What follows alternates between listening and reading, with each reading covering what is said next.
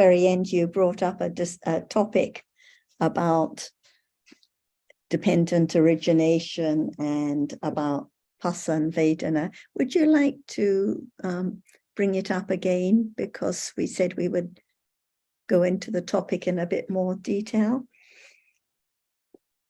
Right. I remember talking about Vedana, which also Ajahn also explained last time. She was saying that like Vedana is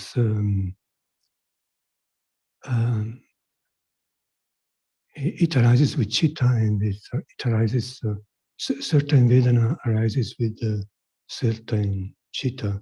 So it depends on the chitta which arises with, which I found was interesting subject. Maybe Ajahn, can you explain more about Vedana and arising with chitta and different Vedanas arising with different chittas, and the object also being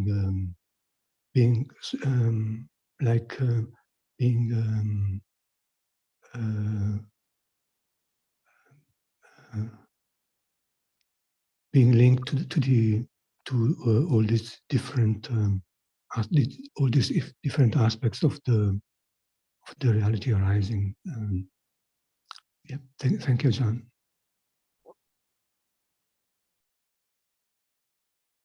I think that no matter what we are talking about, all concern life, the circle of birth and death go on as long as there are conditions. That's why can we start from the very beginning about past life, ignorance? There must be ignorance. Without ignorance, nothing can arise at all. As Arahata, after his enlightenment and after his death, no more birth. That's why avijja is there, and not only in the past, even right now it's there. But we are talking about the main links of the circle of birth and death, present, past, and future. So now when we're talking about avijja, how come it's there by conditions? Years and years go, and that which has gone cannot be object of understanding, as now there is a reality appearing and it's not known as it is yet. That's why learning to understand that Buddha had enlightened the truth of this moment as what it is, and what is there is conditioned, arising and falling away, even right now, unknown. That's why in order to let go of the idea of self or things and the whole world, it has to be the understanding of the truth of just one reality at a time. Otherwise, there cannot be the precise and very keen, very sharp understanding of the truth directly at all. For now, for example, whatever now appears, arises and falls away in split seconds. Is the true beginning to understand the truth. Even it's so deep, but if it hasn't arisen, how can it appear now? And as soon as it has arisen, it's fall away instantly. Who knows? But is that true? Seeing now, it's not only one seeing, because what is seen is so many different things. It seems like at once, but in truth, not like that at all. That's why it is to begin to understand the truth of life from avijja, conditioned sankhara, and sankhara in the past means the main one is kamma or cetana, doing many things in life, last life, this life, other life, any life. There must be the reality arising, forming its function, that's all. And gone, where's the I of the thing? Impossible. That's why learning to understand the subtlety of all kinds of what is now appearing in order to getting deeper and deeper down to the moment when what is there now arising and appears something, But in truth, it's just a reality arising by conditions and then gone instantly all the time. Is that true? Begin to have confidence of the Satya in order to understand that if what is now appearing cannot be known, it's impossible to let go the idea of something or someone or the whole world with many things. That's why just learning to be patient, Khanti Parami, to understand that the truth, the Satya Parami, is there now to be known, but not as sudden as one tries or thinks to get it very soon. But in truth, it has to be the understanding of each reality as it is when it's there only. And this is the proof, the test, how much understanding of what is there now. Without hearing, considering, it's impossible to understand the truth of even what is now appearing.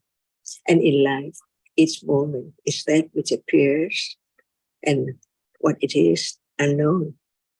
Until there's hearing about it right now, seeing is conditioned to arise and then gone. That's why the avijja is the main reality which conditioned the way, the life. Eons and eons ago, keep on again and again and again, unknowingly. That's why no doubt about the first paticcasamuppada, avijja. It's there now. So when it's there, no understanding of the truth of what is there now appearing, it's something all the time. Condition, many thought about it. And that can be moment of Dhamma, as we have learned in details. That's why we learn to understand avijja and then what comes after that, Dhamma and so on, and citta and cetasika by different paccaya. So paticcasamuppada is the understanding of the main of life, the main reality in life, the truth, that it's there. But what is the main one to be known? Even we're talking about avijja now. What is it and where is it? It's moment of not understanding what is there as it is. And what conditioned this life? If there's no karma, conditioned by avijja as its base, underlying, always there. That's why the karma in the past conditioned the birth of this life. So avijja conditioned sankhara, and sankhara conditioned what? To understand the truth of nothing, only realities arising and performing its function. Different realities. Avijja is not lopa, it's not dosa. So, and karma is cetana. That's why learning to understand paticcasamuppada by way of real life, it's there. And this life will be past life of the future life. Exactly the same.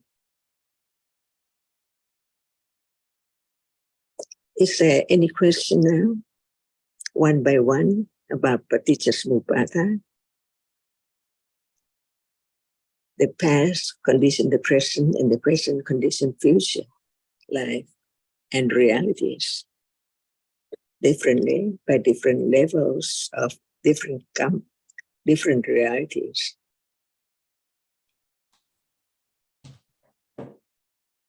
By way of what paccaya, avijja condition sankhara.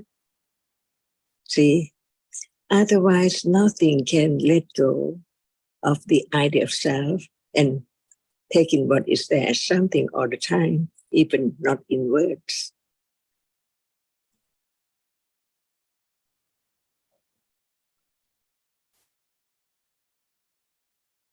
Is paticcasamuppada daily life in the past, present, and future, always paticcasamuppada. as long as avijja is there.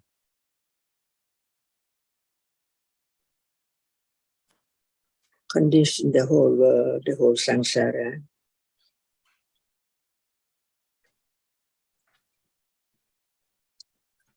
So avijja condition sankhara.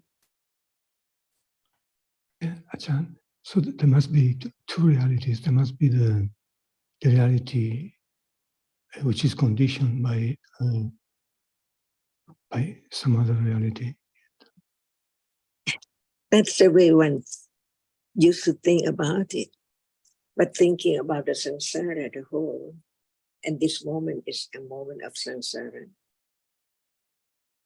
So we talk about the avijja and sankhara in the past, condition the patisandhikita of this life, and what comes all from birth up to the end, and what is there after experiencing ayatana and on, lopa and dosa, feeling and phasa and so on.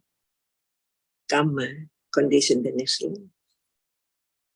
By way of each one as the main or the chief condition in life to condition samsara on and on and on. So the links of the past and the future and the present are taught in by way of Paticca. And it has to be a moment of not just understanding the reality, but also the paccaya. When there is no understanding of the paccaya of whatever is there now, how can there be the paccaya parikajana, nama rupa parikajana, and paccaya parikajana?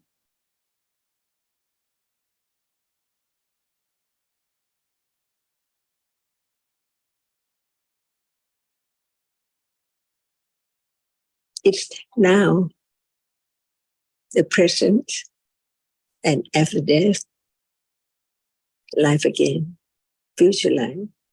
Without this life, karma, we don't know what karma will condition birth after death instantly. As there's no understanding of what will be the next moment.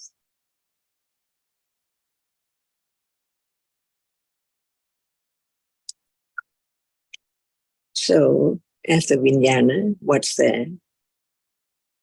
Without the moment of birth, can there be the cetasika and the rupa to develop until it is now? From birth, nama and rupa. No, yeah. With nama rupa, there must be for cetasika there must be chitta to be for cetasika, and for rupa cannot be without chitta. And when there is nama and rupa, what is there?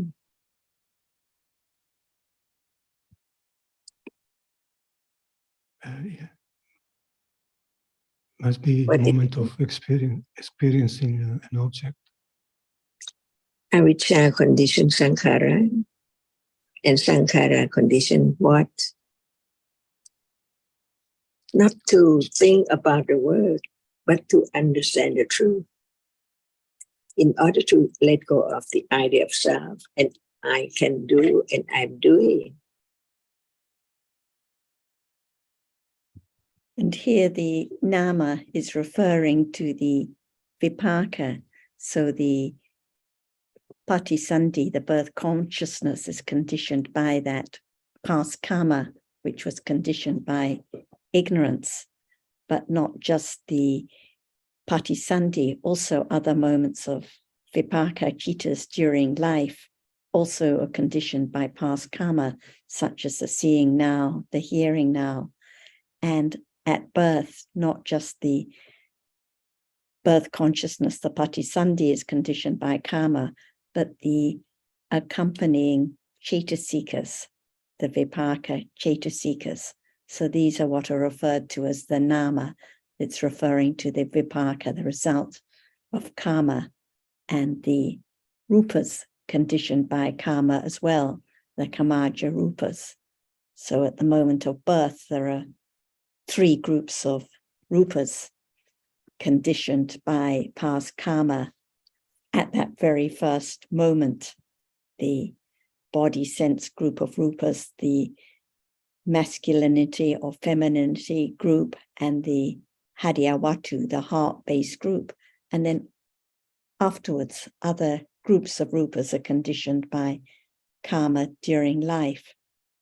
So without ignorance, without avijja in the past, there would have been no karma in the past, and there would be no vipaka, no results of karma now, seeing now, hearing now, the cetasikas that accompany those vipaka citas and groups of rupas conditioned by karma from the very first moment in life, throughout life.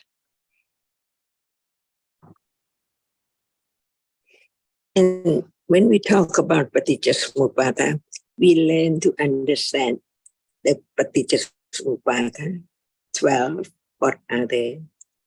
Not just to learn about the word, but to understand what is there. There's not just the moment of citta, vipaka, conditioned by sankhara in the past. So there is birth of this life with nama and rupa, in the plane of nama and rupa. And what condition, what nama and rupa condition? One by one, see, in order to understand the meaning of it, not just the word, but the way it is.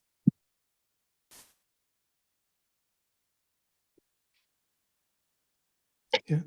Not just to avijja condition sankhara, and sankhara condition vijnana, and vijnana condition nama rupa, and then what follow? Must be the seeing, the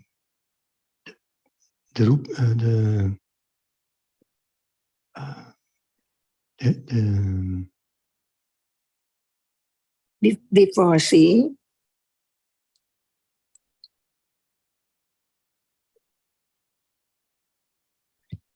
avijja condition sankhara, and sankhara condition vijnana, and vijnana condition nama and rupa, and then what? From the very beginning of life to the end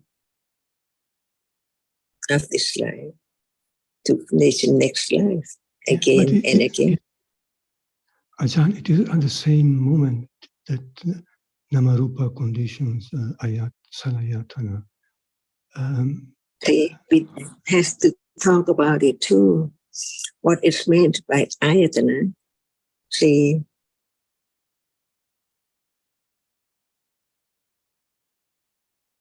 otherwise we cannot. What would have thought about ayatana?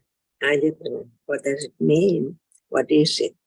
Is it only just that moment, or later on, or what?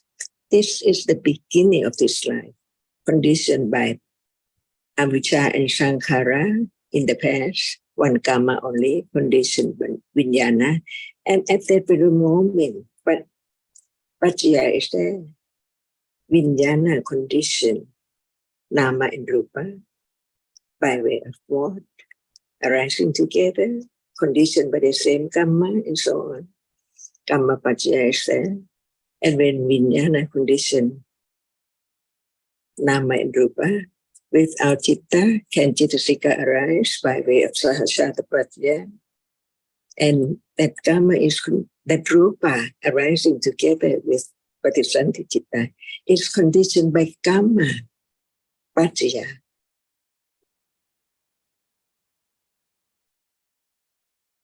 And the rupa arising together by way of sahasrata paccaya. So it's only the moment of birth that citta condition rupa as what paccaya. Because of the same Dhamma, and so on. Just understand life as it is in order to understand the truth, and the understanding will let go the idea of self gradually. So very gradually, thinking about dig up the mountain with not just the finger, but the dirt in the finger. How come to understand what is there in truth right now, and that is meant by enlightenment. And without any understanding of the reality, not just the word, no way to realize the truth, because the truth is there as it is. Nama is now, and Rupa is now, and Ayatana is now too. So the meaning of Ayatana is in a moment, that very moment, what are there together? Like Neva Sanya, Na Sanya Yatana. See, the Chitta is there and Sanya is there, but very, very fine. Not just like this moment, but even this moment is not known. So, right understanding develops gradually to understand the truth of what is there now as it is. Then cannot be Chitta without Cetasika. So that is the meaning of Ayatana. What are there together in a moment of experiencing an object?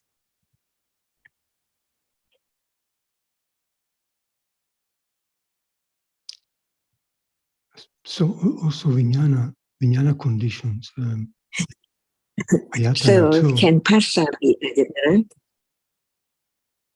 Or Phassa is also Phassa-yatana, because it doesn't arise alone. Vedana-yatana, Sanya-yatana, what are there is Ayatana.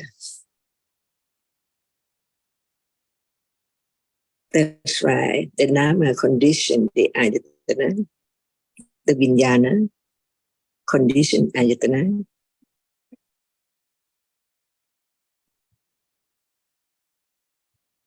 What for? Ayatana. Must be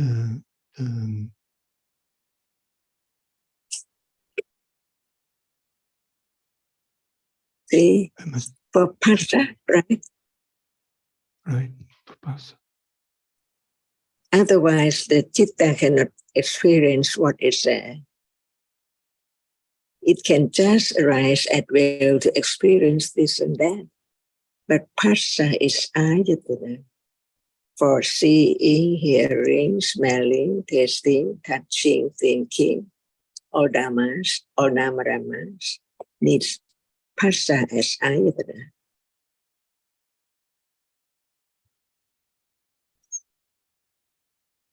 How come we have talked about Paticca-Samuppada, Avijja, conditioned Sankhara, and then past Avijja and past conditioned Vijnana of this life, and what is there at that very moment.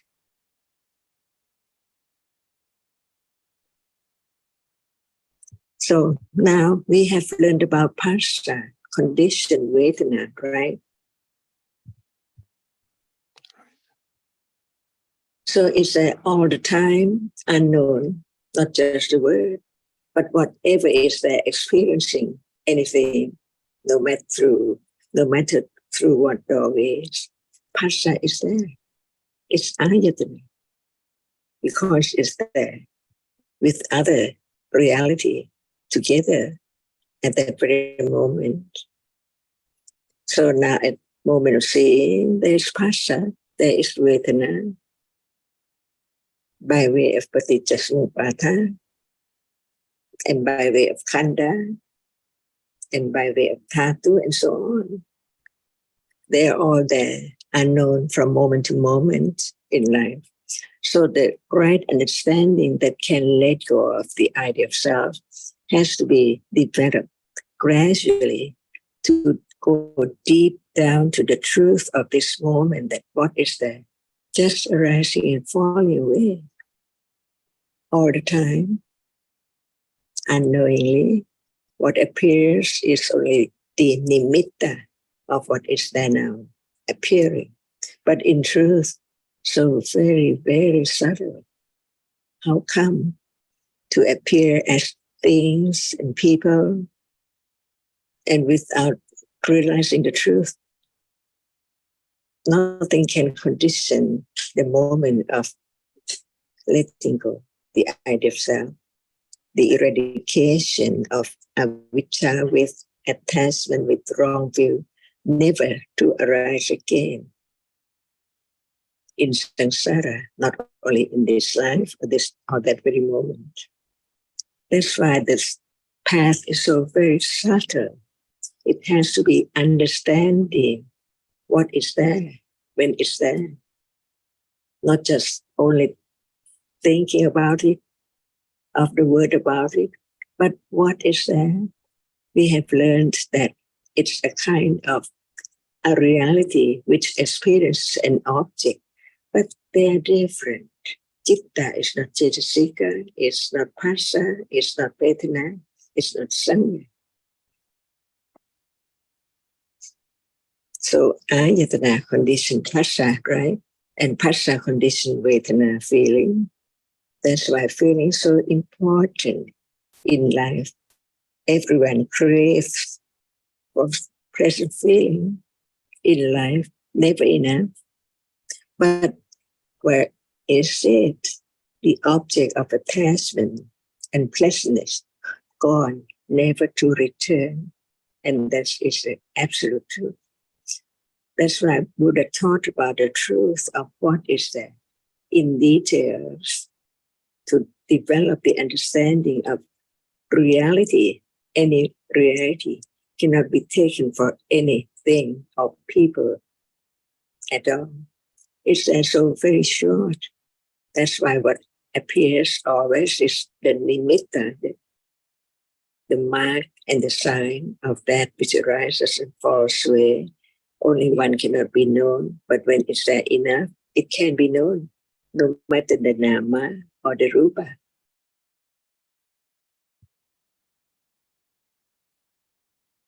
So now, life after birth, seeing, hearing, smelling, tasting, touching, phassa is there as condition for the moment of experiencing an object. And vedana is there at the moment of experiencing that object.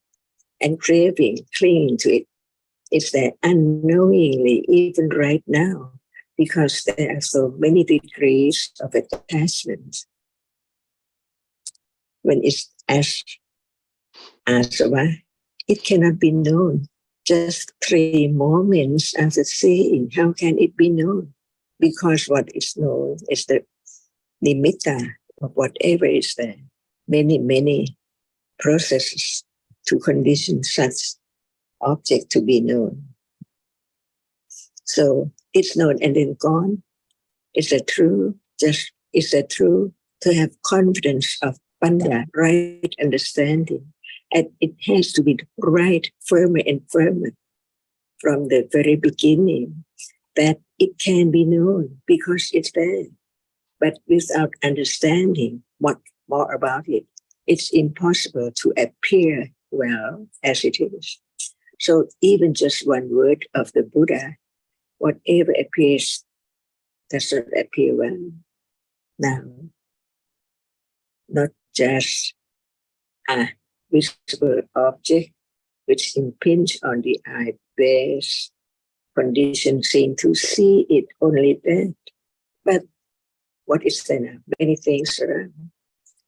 That's why beginning to understand the subtlety of all realities. That's why Buddha took for how long to become enlightened, realizing the truth, very deep, very subtle. So anyone who does not see the subtlety of Dhamma cannot understand the great wisdom of the Buddha. The more there is the understanding, the more letting go. Beyond expectation, what will be the next pop-up unknowingly? The popping up does not appear because the object now is not just one object. Only the nimitta of one object is there to be known as it's different from other objects. And it takes quite a long time for Barami, Satya Barami, so true, Viriya Barami, without Viriya, to consider the truth, to let go ignorance when there's no understanding of the Buddha's word, even just one word, appear well.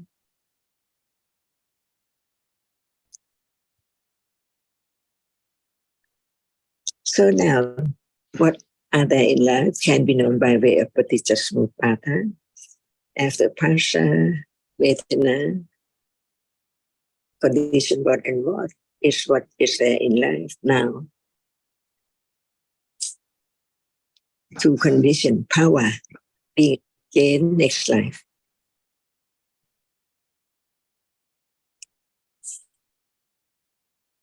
I'm not sure I understand how Phassa condition Vedana, because if Phassa is ayatana,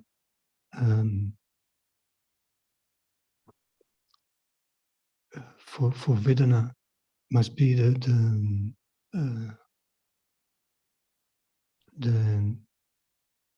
same moment, but it's also the following moment of the following moment of enjoying or having pleasant feeling for the visible object and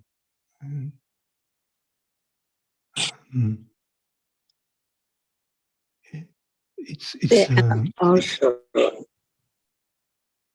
other realities at the moment of Phassa condition Vedana as well, but we are talking just the main condition only by way of different Pajya. So it's not just enough to think about the chain or the link of life by way of Paticca, but it's way to understand the conditions of whatever arises through. Avijja condition sankhara by what Pajya? See, and at moment of birth,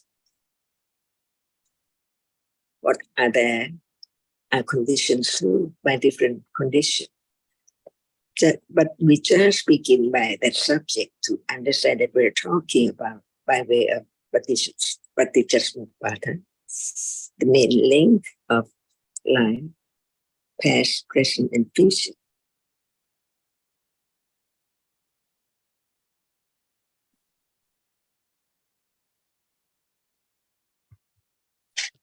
And what is the condition for Phassa, for Vedana to be conditioned by Phassa? By what? By which condition is it? Without Nama, Rupa, can there be Phassa? Vijnana, condition Nama and Rupa, arising together at moment of birth.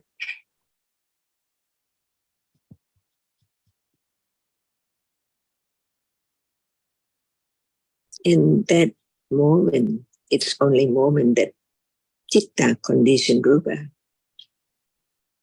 By way of what? Because that Rupa is conditioned by Kamma, by way of Sahajata Pajya, arising together. It does mean that Chitta, the Patisanti Chitta, arises first and it conditions Phassa or Ayatana. Just to elaborate that the point is throughout the rest of life, Rupa has to arise first to condition the Chitta. For example, visible object and eye sense have to have already arisen in order for seeing consciousness to arise, accompanied by the various cetasikas like passa.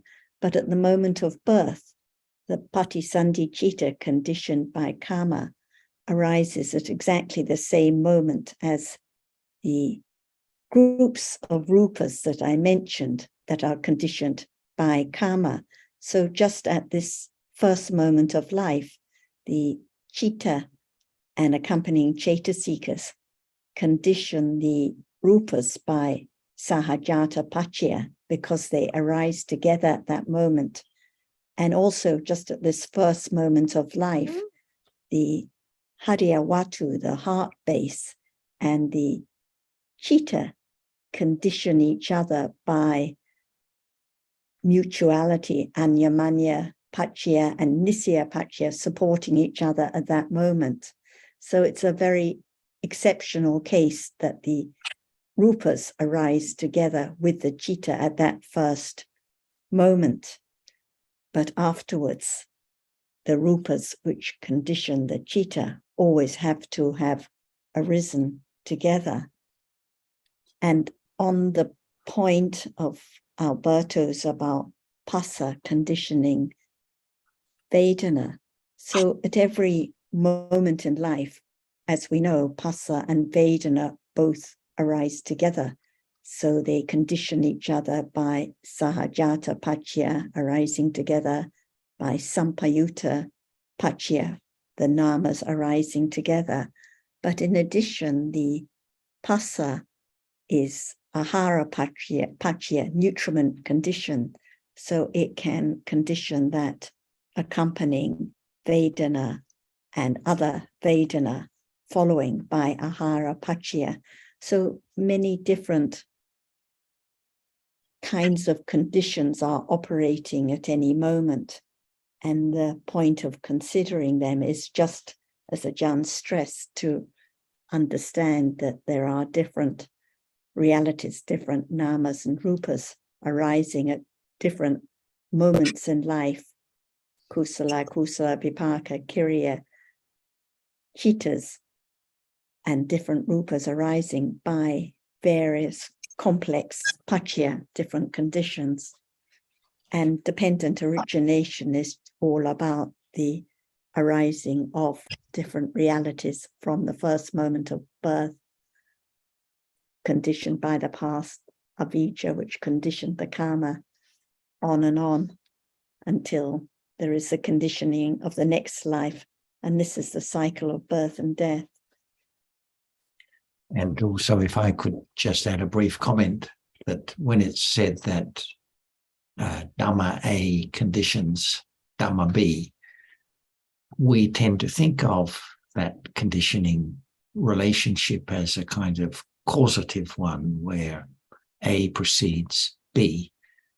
But that's not always the case. The condition can be one of mutual arising together and supporting each other by mutually arising, or even in some instances, the conditioning Dhamma arises after the conditioned Dhamma.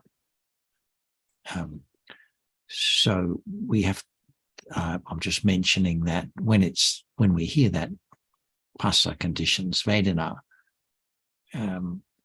it's one of the instances where it's not one preceding the other at all. They're just both arising at the same time with every moment of consciousness. And in that sense, they actually can, they are mutually conditioning, mutually supportive of each other.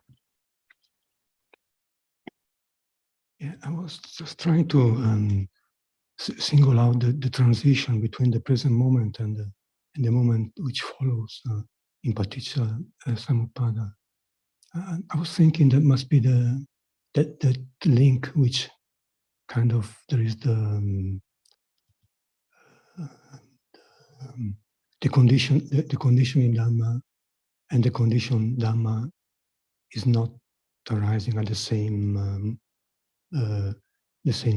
moment, different moments, even in the same process, even in the sense door process. because what follows Vedana is Tanha, which is Lobha, which cannot arise with Vijnana. Can it? So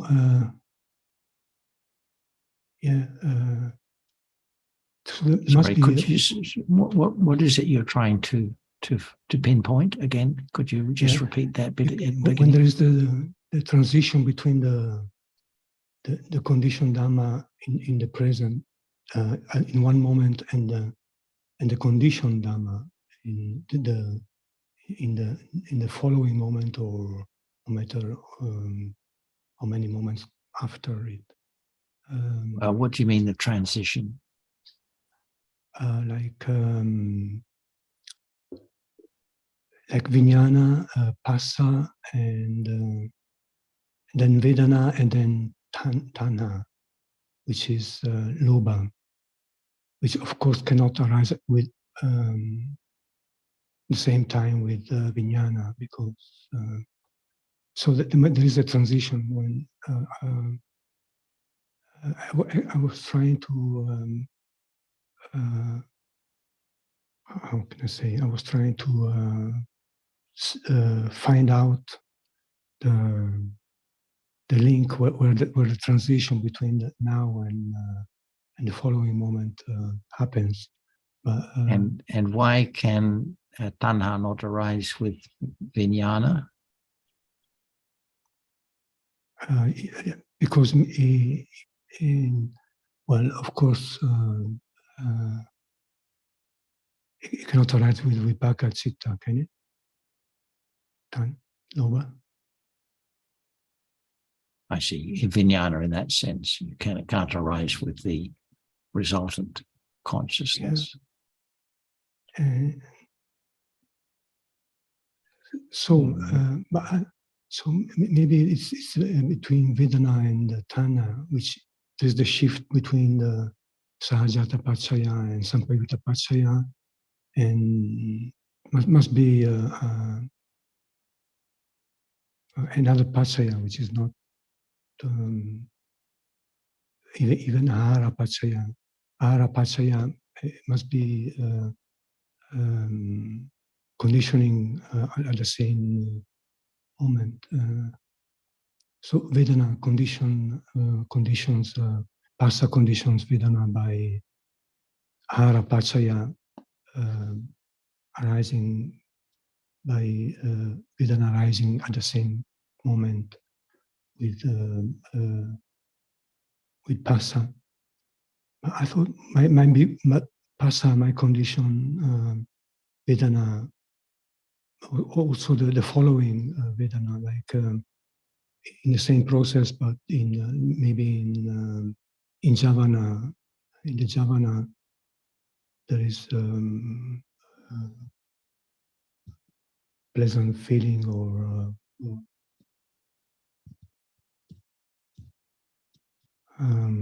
yeah, it's about Why not? For example, if the seeing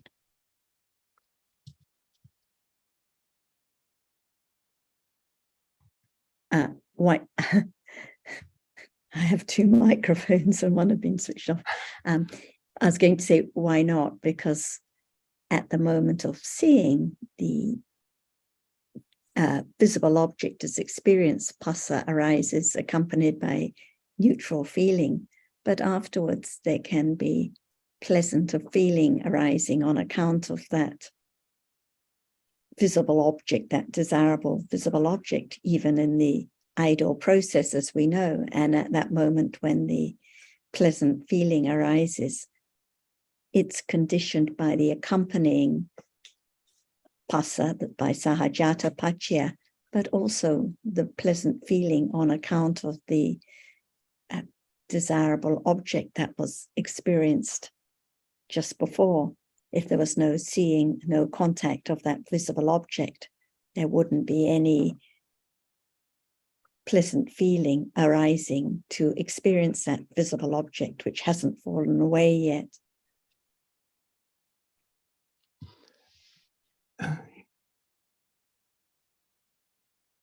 So it's conditioned by the phassa. Without the phassa at the moment of experiencing the visible object, and at that moment when pleasant feeling arising afterwards, there couldn't be any Vedana arising.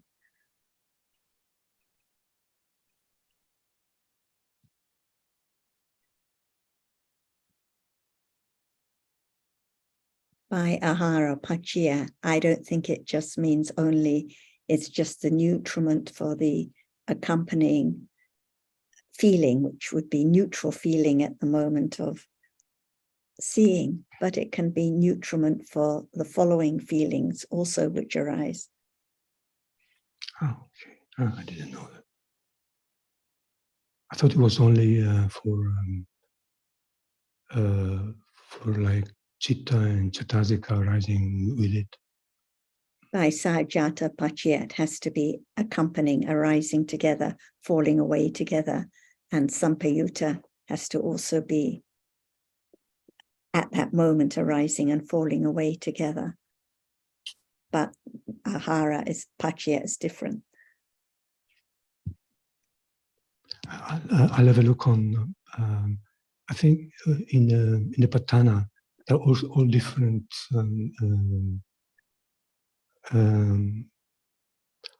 all different exposition by different Naya, like Kusala, and there is also one which is by Vedana Tika, which I think maybe looking on this on the Vedana Tika can you can kind of work out the sequence by reading the text in the Patana. That's why, as John said, one has to consider different conditions, like usually for sahajata pachya, it just refers to the chitta and cetasikas arising and falling away together, or the rupas, the primary rupas conditioning each other, and or the primary rupas conditioning the derived rupas. But at the moment of birth, the vipaka chitta, the patisandhi chitta, and cetasikas also condition the rupas at that moment by sahajata pachya. So one has to consider for each experience, each moment, different conditions applying. So this is the same with ahara pachya too. Maybe Ajahn can explain more about the conditions in Paticca Samuppada.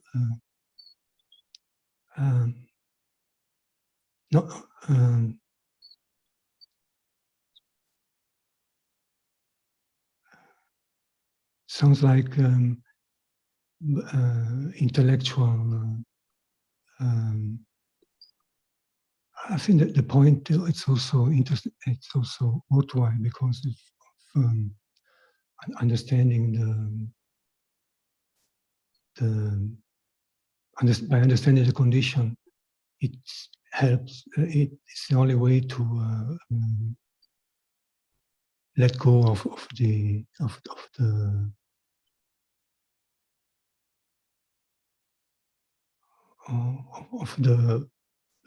idea of people and things, and the idea of something lasting even for the following moments, like in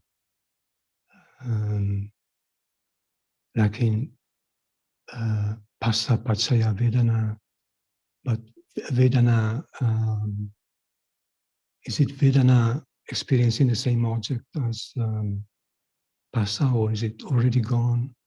So it's a pleasant feeling, enjoying something which is still there, or maybe it's just a pleasant feeling for something which is not, which is long gone, and but still, because of ignorance, there is still all the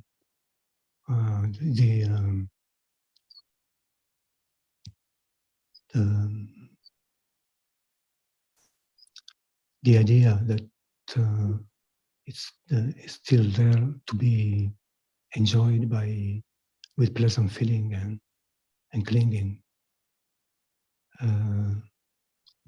But if I could just that's make sort a comment, Alberto, that when you talk about understanding paticca samuppada, that must mean direct understanding, not the kind of intellectual understanding that we are going through at the present moment.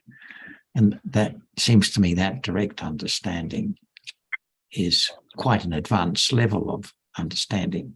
And that understanding has to begin with understanding the different realities at the present moment.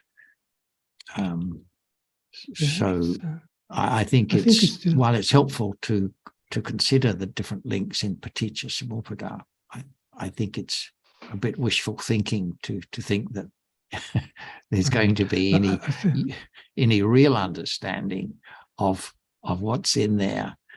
It's just at this stage very, very conceptual, isn't it? Right. I was thinking even what I am saying, it's still just at intellectual level. It's not like real direct seeing the reality, but it's still, even at intellectual level, it needs reflections, and it needs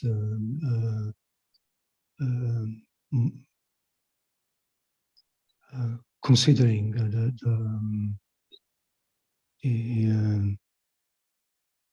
yes, but the pariyatti level could not even begin until there has been direct understanding of different realities to quite a degree. Because if there's not yet that direct understanding of conditioned realities, then there's no prospect of any pariyatti level of understanding of paticca samuppada. I mean, there must be some sort of understanding.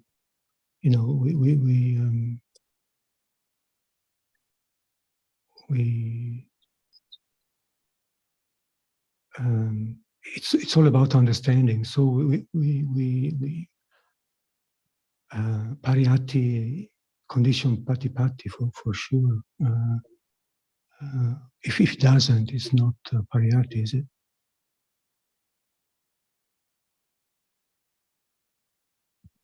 If it doesn't condition patipatti. Sorry, could you say that again? I missed what you said. If pariyatti doesn't condition patipatti, yes, then maybe it's not real pariyatti.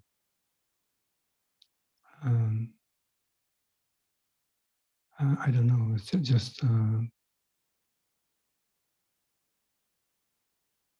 I mean, it's must be the natural progress of understanding from one level to the other level. Yes, pariyatti, when it becomes firm, when pariyatti becomes firm, it conditions patipatti. Yeah, by hearing, by considering, by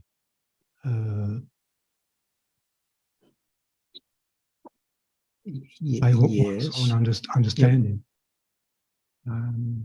Yes, but if we're talking about the conditional relationships that exist between different conditioned dhammas, but there's as yet no direct understanding of conditioned dhammas, then the relationships between them are not capable of being understood at the level of pariyatti. Right. Because it seems to me anyway, but maybe Ajahn would. This would be an appropriate time for Ajahn to come in. Yes, Are please, you there, Ajahn? Ajahn? Are we talking about pariyatti and patipatti right now?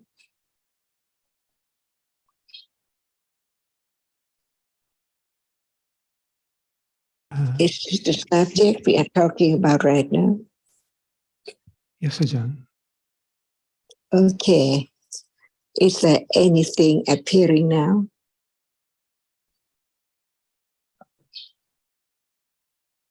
The beginning of pariyatti.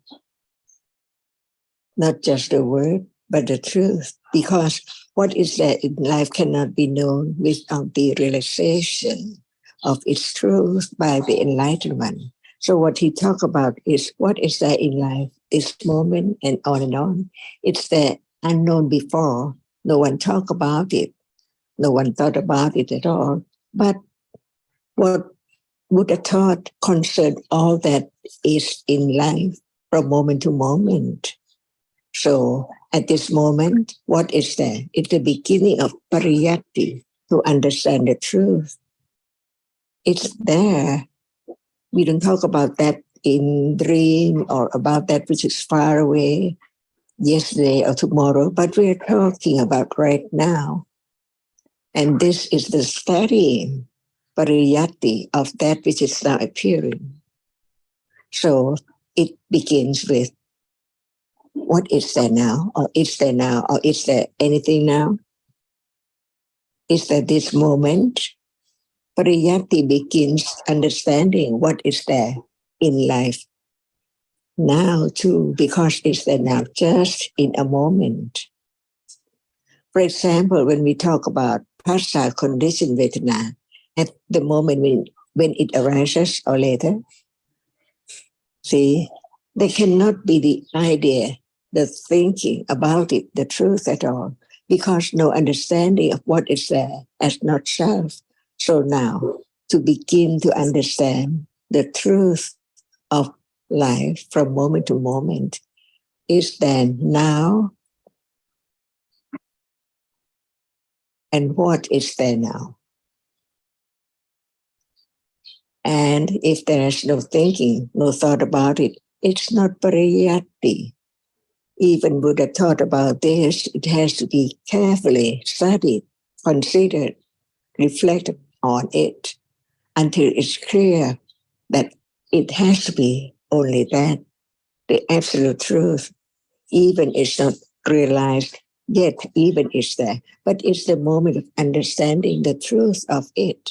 Never learned before at all that actually there's no one, there's no thing, because what appears as something and I all the time, and that is not meant by enlightenment at all, because no understanding of the truth of what is there as it is.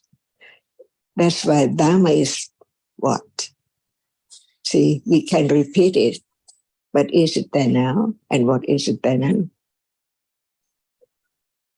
And this is pariyatti, when there is the understanding firmly of that which appears, even it's not the moment of realizing directly the truth, which is so very deep down underneath. The skin is just the things around as nimitta, but in truth, what is it? This is the understanding. Who's the Buddha? What's meant by enlightened one? If this moment is not studied or known directly, it cannot be understanding at all, because life is only now, this moment. And understanding this moment can understand what's the meaning of no one and no thing at all. To have more confidence of the truth.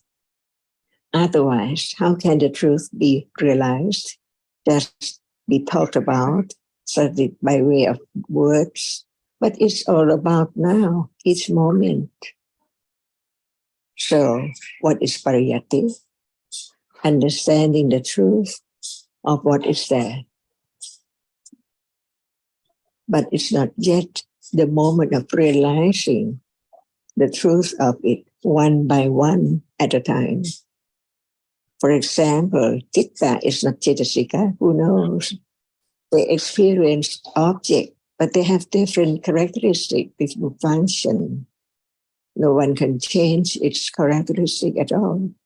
Phassa cannot be sanya, memory cannot be lopa, and it conditions Vedana as soon as it arises together, not different moment at all. Otherwise, how can it condition Vedana if Vedana does not arise with it? Only with Phassa is there. Condition which and when Vedana, it has to be at the moment when it arises by sahasata paccaya. Otherwise, there has to be wrong understanding, thinking wrongly about it. And as it's wrong, it cannot lead to understand the truth, to let go, even very subtle ignorance and attachment. That's why it has to be careful study to let go wrong idea about what is there as it has been taken from life to life, eons and eons ago, and even now. So study Dhamma, pariyati, is understanding the truth of what is there, not by way of directly experience one object at a time, because no understanding of what is not what and what is what, even right now. That which is seen is not that which experiences it. No idea before at all. And this level of understanding the truth is pariyati. It has to be so firm sanya of anatta, firm sanya of reality, firm sanya of the imminency of whatever arises falls away. Otherwise, without letting go, the very, very strong and thick ignorance and attachment, how can it be known? It's covered up right now. Who knows? 3 moments as a seeing is there. Asava, Kamasava, Pavasava, Tithasava, Avichasava. See, just repeat the word doesn't mean anything, but to understand how so very subtle it is to understand it, because even it's there all the time in life, it's not known at all of its truth. That's why each word of the teachings about the truth has to be considered very carefully in order to understand the truth, that nobody can change anything, because actually there's no one at all. They are just one Dhamma, different from the other. Phassa is not Vedana, it's not Sanya, and it's there now together. This is pariyati. And what appears now, no matter its hardness, visible object, sound, or seeing, or hearing, it can be directly aware with understanding as what has been learned. Some might think that one has learned a lot, no need to listen again and again and again about what is there as seeing is not self, hearing is not self. That is not enough, because it's only memory. Remember the word, that what is there seeing, not understanding the nature of it, but know that seeing is not self. That's not enough. So pariyati is not just remember the number and the word, but to understand the truth firmly, more confidence, so it can understand what is there now, as usual, normally, that what reality is there, one at a time, appears, not together at all. And this is pariyati. And pariyati does not have any intention to do, to try to select anything, because understanding realities as anatta, no one, nobody at all can do anything, all by conditions. Even right now, it's gone, appearing and then gone, by conditions. Nati paccaya, it has to be gone before the other can arise, succeed the moment when it's gone. And the more understanding of the truth to develop the understanding of no self as it is pariyatti. When one say that I'm tired, I like or I dislike, no understanding, or it can be understanding. So using the word I represent what? Buddha just use the word tathagata for himself, not for the other. But the meaning of it, what is meant, like arahata, is not limited for anyone who has such understanding of that degree. So it is moment of understanding in order to let go of the idea of self, little by little, gradually, at moment of understanding only. Even moment of understanding intellectually about that which is now appearing is so very useful because it's the beginning of seeing the benefit of better to understand the truth rather than no understanding at all about what is happening in life and then no more after death. So what about birth and death and life before death? What are they doing? Lopa, ignorance, and so on, and moment of understanding the truth. So precious, uncomparable. No one can have it at all. And as one understands it, nothing can be so precious as the moment of beginning to understand what is there, which is so very subtle.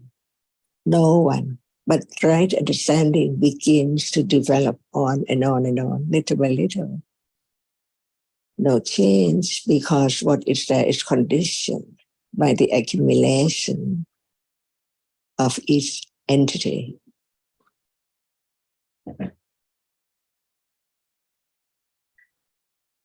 So what is pariyatti? See, not just the word.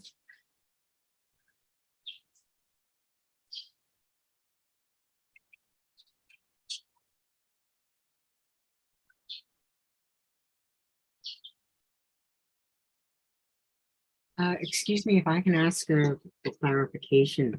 Sarah, when you say condition to arise at birth, you mean condition to arise at conception, don't you? Yes, Patisandhi Chitta, the birth Chitta, is the first Chitta of life. Right. So that is the conception, not at birth. Yes, but it's translated as birth consciousness, but by birth consciousness, it is the very first moment of life at conception. So yes, it can be confusing. I agree. Yeah. And also, I think this session we begin at 7:30 instead of 7. Yes, correct. And we go until what 9:30. We go until 9. We're finishing at 9. 7:30. Yeah. That's why I kind of tried to get it started on time. And I think it's also a very important point about Phassa, Vedana, Tanha.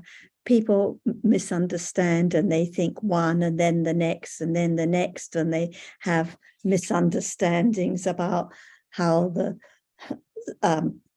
the links can be cut at different stages, all sorts of strange ideas. But we have to understand that there cannot be Vedana without Phassa. They have to arise together at every moment in life.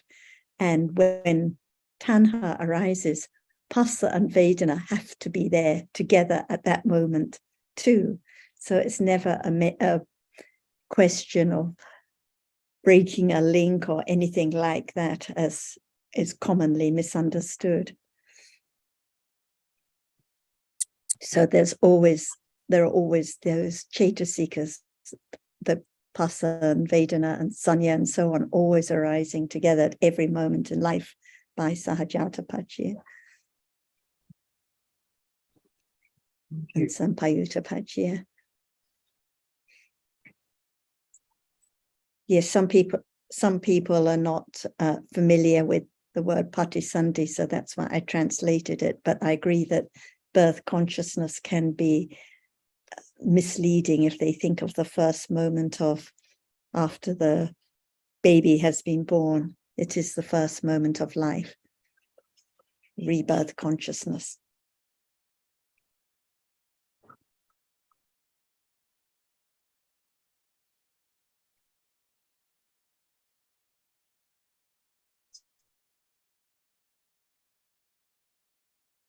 Just an interesting little point on that, Sarah. I studied some Chinese medicine, and in Chinese medicine, they do believe that at birth, the actual birth of a baby, it's already almost a year old. So they're classed as 1 year. So I think that's interesting. Just a little sideline, but it's interesting. Can't hear you. It's part of the world that's quite common, so Yeah. it doesn't need to be explained. it's Like right, for yeah. Koreans, birth Right. begins at the moment of conception. So Yeah. yes, Yeah. it's only in kind of Western Yeah. circles one has to explain it, that the rebirth is actually at the moment of conception, not at the moment of being born here. Yes. And in fact, I just heard on the radio this morning, someone was explaining different customs about the age, how age is calculated. And in some places where the baby's first birthday, the baby turns, I think it's 1 or even 2 when the next year starts. Yeah. So they count the time in the womb, in other words.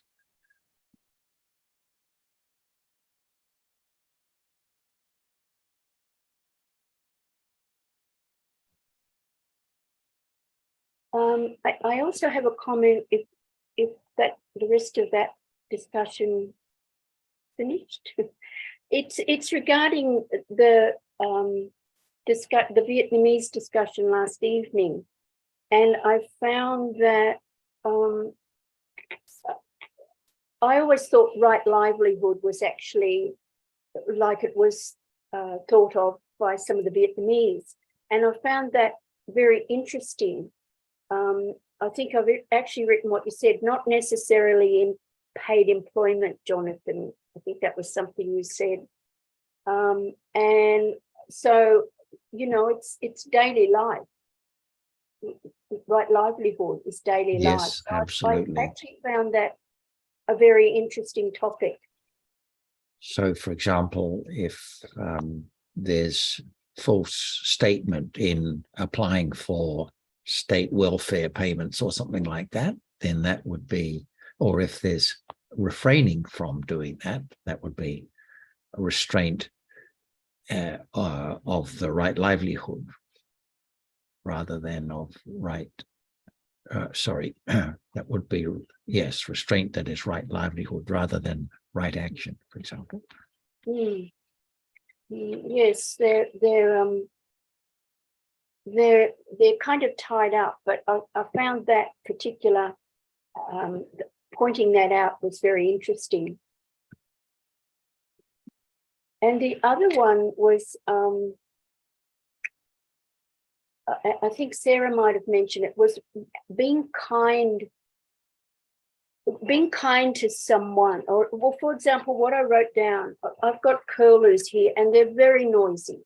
And sometimes I want to go out and chase them away. And sometimes I do. And then when that came up yesterday afternoon about the Wirrati Jettasika, just being kind to the animals, being part of livelihood. That's what I thought, but it's actually not really livelihood, it's effort, isn't it? Right, effort. Wirrati? The Wirrati of effort.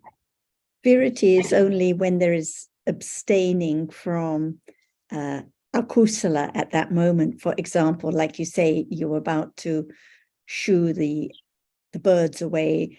And then stop. with annoyance, and at the moment of restraining, at that moment of restraining from the annoyance and the action you were about to take, at that moment of restraint, it is, if it is kusala, it is kusala virati at that moment. Right. When there is the opportunity or the thought of being annoyed or speaking harshly, but there is restraint at that moment, it is virati. Yes. Right. Okay. Yes. Yes. But virati, And not even for necessarily. And even for the monks, it can be right livelihood if it's in the course of one's activities, like, well, sweeping the cell or going on pindapat or something like this. And there is restraint from harsh speech or from Sweeping the ants away. Yes, sweeping angrily. Yes, it can be at that moment virati. Yes. Okay. Yeah. So it's always a moment of restraint when there is the opportunity for akusala. Okay. Right. That was good. Yeah. Thank you for that. And is that is what you're referring to as right livelihood, Sarah? As you just said, a moment of restraint. It is a moment of restraint when there is the opportunity to do wrong or speak wrongly. So in the course of one's livelihood, which may be as a retiree or at work or as a monk. One's So daily it's life. not a situation. It's not a situation of always looking after the birds in the garden. It's the moment of restraint when one is inclined or there is the opportunity to behave in an unwholesome way. And we discussed how for a sotapanna, no possibility of restraining from killing or stealing or telling a lie, for example, because there's no thought, no inclination to tell a lie or to take what doesn't belong to one or to kill the ants. So there cannot be the virati cetasika arising in those situations for the one who has eradicated those tendencies. Or even for us, if there's no thought of harming the insects, then no virati can arise in that regard. But there can be kusala chitas, there can be kindness, there can be metta, but it's not virati unless it is the moment of restraint. Okay, thank you. That's very helpful. I think the context in which it came up originally was how one could tell whether restraint, kusala restraint, say restraint from harsh speech was right livelihood or just right speech. And because it depends on whether it's restraint that occurs in the course of one's livelihood or not. And we discussed how it's really not possible to necessarily know, and it's not necessary to be concerned with making that distinction. What one needs to know is whether it's kusala or akusala. That's what's important, not whether it's this mental factor or that mental factor that's involved. And the point. Sarah, we can't hear you. It's this double muting thing. It is daily life. It is now at that moment of restraining, like in the example Zita gave, when one's inclined to shoo away the birds, but there is that restraint. It can be understood at that moment, the virati. And the point is, it's just a Dhamma that falls away instantly. It's not my restraint. It's not my kusala chitta. It's just a conditioned Dhamma arising at that moment. Thanks for bringing that up, Azita. That's useful and interesting. And a very good point that you just mentioned, Sarah. Just, yes, there's a moment of restraint. Look how holy I am. Right. But it's not self. It Right. just is a moment of restraint and then gone. Nothing to cling to, nothing to feel proud about. It's just a Dhamma, conditioned Dhamma that arises and falls away like all others.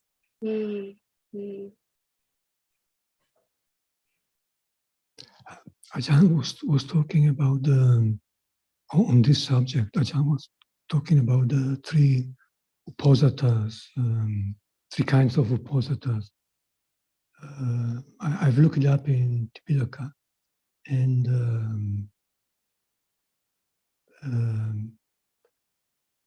it was explaining that the first one is like restraining, observing the precepts, like the herdsman looking after the cows, and the second was like the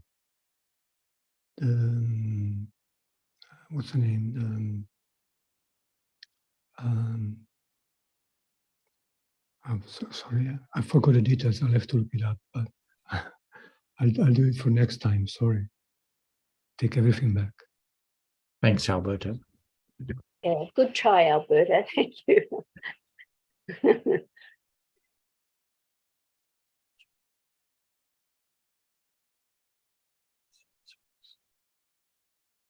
Okay, we've just got a few moments, so I don't know if Ajahn would like to say or add anything before we finish.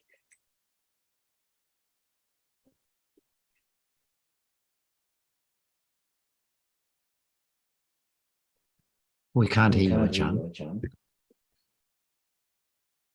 No matter we're talking about what, can it be known or realized when it's not there? But when it's there, the thought about it, whether it is what kind of reality, whether it is Samma as Ashiva or Sammakamanta as Ashiva, no thought about it, but the understanding of that reality clear because it's there as it's been aware of with right understanding, to know that no matter it's what, no name, because the characteristic of that object is there, to be known as it is. For example, at moment of experiencing citta as that which experience the object, no word that it's not Cetasika, it's only that which experience only, because it's not the moment of life or dislike that object at all. Beginning to understand the absolute truth of it after we have learned a lot about it. But when it's there, it depends on conditions, how much understanding, how much letting go of it, or how much doubt still there about it, whether what is it called or something like that. It depends on that very moment. Anything can arise. Anything can be conditioned by accumulation. That's why even clear understanding of that object is not yet there when the understanding of the characteristic, which is not self, does not appear yet. That's why we dream about this and that, whether it's this and that. But when it's there, no thought about the name, and it's clearer than what we have talked about it, because it's there to be known directly. That's why some people would like to know much about the story of that, but forgetting that it cannot be known. Even we talk about it a lot, but even just that which is there is not known yet. So how can there be attaining, reaching the degree of experiencing it? Because what is then appearing is not object of understanding the truth of it by way of patipati, because pariyatti is not strong enough, not firm enough to let go, no matter what. Is it time to begin to study little by little the reality of that which we have heard? Not just hearing, but it's there as we have heard. But it doesn't appear as it has heard at all. That's why the development of pariyatti is so very important, to understand that if one follows the words on and on and on in life, what is the moment of beginning to understand the meaning of nama or rupa? because we have heard a lot about it. But the characteristic of that, which is no one at all, it's only a reality, different ones experiencing an object by way of attachment, aversion, ignorance, or feeling, or memory. It's there already now, but it's not easy at all to begin to let go, even from level of intellectual understanding. That's why the point is that what is not there can be known as to be conditioned for not taking it for self as it has been accumulated. But as long as what we are talking about does not appear yet, it's impossible to understand its nature as what we have thought about, learned about, understood about. It has to be this very moment to be sure whether it's enough understanding of what we're talking about, as no one and no thing. It's only that which sees. Is this vipassana jnana? Is this patipatti? Or is it just only pariyatti? To understand clearly about the different levels of understanding of the truth. And it has to be this moment only, because it's there, right there. But when it's not known, it cannot be known. But when it begins to be mindful of that with the development of understanding, very gradually by the understanding itself, not by anyone, it's the only way to let go the very, very strong clinging to what is there as things and world and people and on and on. That's why patience is there, to understand that the confidence of the truth of it has to be developed too.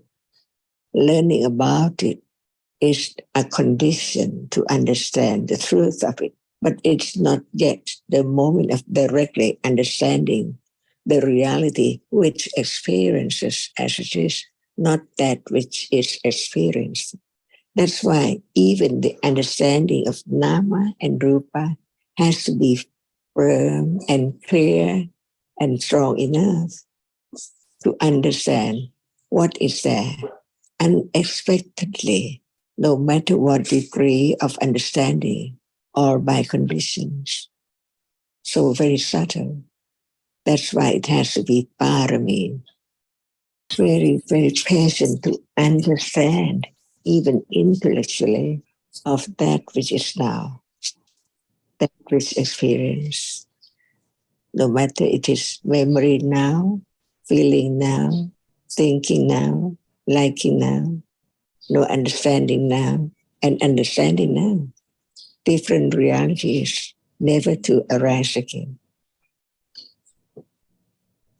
A little more confidence is that a little more letting go of the idea of self or things or the world as it is, not as it is, one moment, one reality at a time.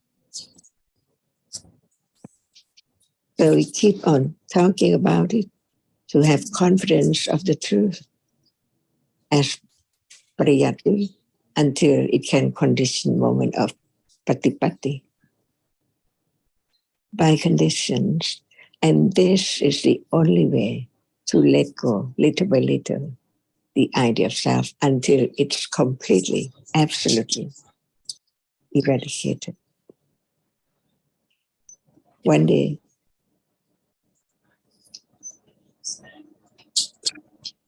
so it's time to say, Swadika. Thank you.